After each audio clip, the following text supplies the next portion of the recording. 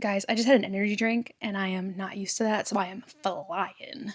Hi friends, welcome back to my channel. Today I am doing the book snob tag, and the original tag was by That Reading Guy 28, and Megsy was the one who tagged me, so thank you very much for tagging me, and I will mention both of their channels below so you can check them out. I really think I'm going to do really well with this snob tag. Don't think I'm a snob when it comes to reading or any other way, so let's see how I do. Do I pass the test? Question number 1 is, what is your definition of book snobbery? So I would say someone that looks down on someone that reads a certain type of way or a certain type of thing. And thinks that they are like higher brow for reading a certain way or a certain thing. Question number 2. Is there a genre or type of book you would never consider reading? Such as, would you never read a romance? Or if you regularly read romance, would you ever try a science fiction novel?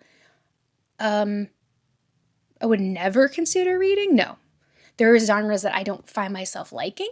Like, I don't like pure, like, mysteries, or probably, to a lesser extent, pure thrillers, but I really don't like a cozy mystery. Like, I know that's so popular, but that's not something I'm interested in. But if there was one that I thought I would like, I would definitely read it.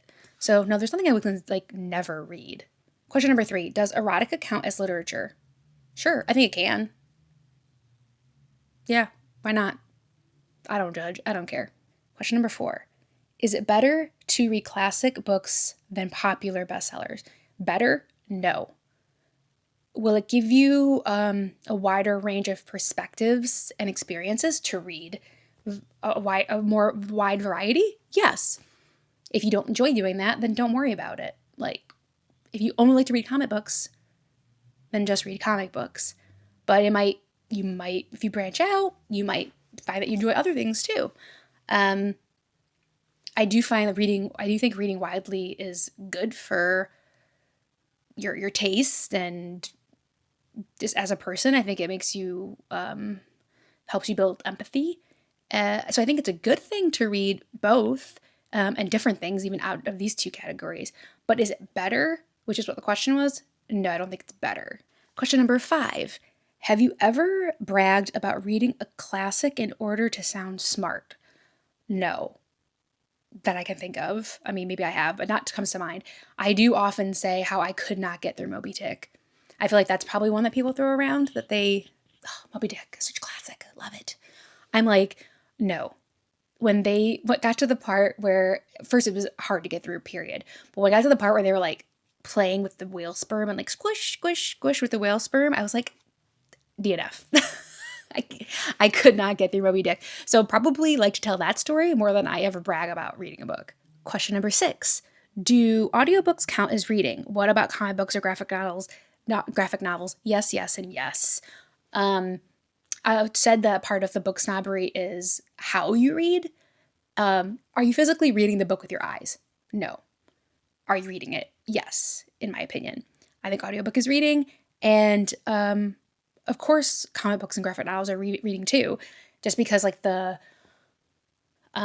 ratio to illustrations over words is different. That does not matter to me. That is reading. It's just a different medium, and it's a different way to express the story. So no, I think all the above are reading. Question number 7. Have you ever looked down at someone for reading popular fluff book, a book with little substance to it? For example, a self-help book or a celebrity memoir. No. With the caveat of, there are people that I know that I feel like they could branch out and read more widely different kinds of books, and that they would really benefit from it, because I think that they would like this book or like that book. But no, I haven't looked. I don't think so. I don't mean to sound like a book saint, but I don't care if people read, like, I've read plenty of celebrity memoirs. I literally talked about one not too long ago, Mark Hopkiss's memoir from Blink-182. Like, that was amazing, 5 stars, like, whatever. Sometimes you need a fluff book in your life. Self-help, those can be very helpful for people. I don't read a ton of self-help, but I have, and I think it's mostly about like the time in your life, or like the mood you're in, or like what you need in the book. And sometimes you are having a really hard time in life and you need literal fluff or any X enter a type of book in your life. So it's not about like what other people perceive you reading. It's about like what you need in the moment. So yeah. Question number 8. Have you ever been the recipient of someone else's snobbery? I'm sure I have, but I can't think. Most people I surround myself with, especially readers, are pretty like open-minded and like whatever goes. Like enjoy what you enjoy, whatever. But one thing comes to mind that I actually mentioned in a different tag was that I had an interaction with a teacher, not my teacher, a teacher that who was a teacher, a person who was a teacher that really like looked at me crazily because I was talking about rereading books, and I was like, oh, okay, like you think that's weird or you think that's stupid? I don't know. When my kind of defense of rereading books is that you're never the same person when you read a book again. You change always, even if the book doesn't change, you're always changing. So you have a different experience every time because you are a different person. You've lived, you've experienced, you've grieved, whatever, since last time you read that book. So I guess that was like, I don't know if that was snobbery or plain confusion, but let me think of anything else. Not that I can think of. That's the only time I think that could be perceived as snobbery. Oh, no. Oh, yes. One time it happened, but it's because the person wasn't a reader. One time I was at a party and the last Twilight book had just come out. This is when I still liked like Twilight books. Like I'm over them now. Like I'm like, those are whatever. Sorry.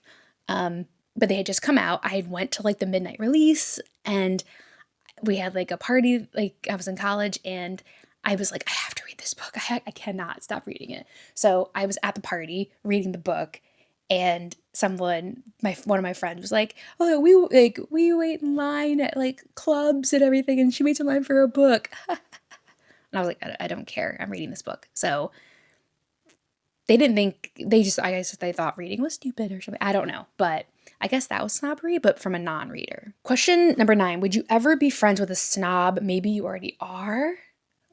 Are they among me and I don't even know? Sure. Sure. People are entitled to like what they like and feel certain ways about genres that they want to feel. As long as they weren't like mean to me about it, like berating me constantly about what I was reading or how I should be reading. If they had their own opinions about books, like whatever, that's fine. But as long as they were nice and, and were respectful about it, I guess that's fine. Number 10, are people who don't read less sophisticated than people who do? They use a very specific word here. They use sophisticated. I want to say,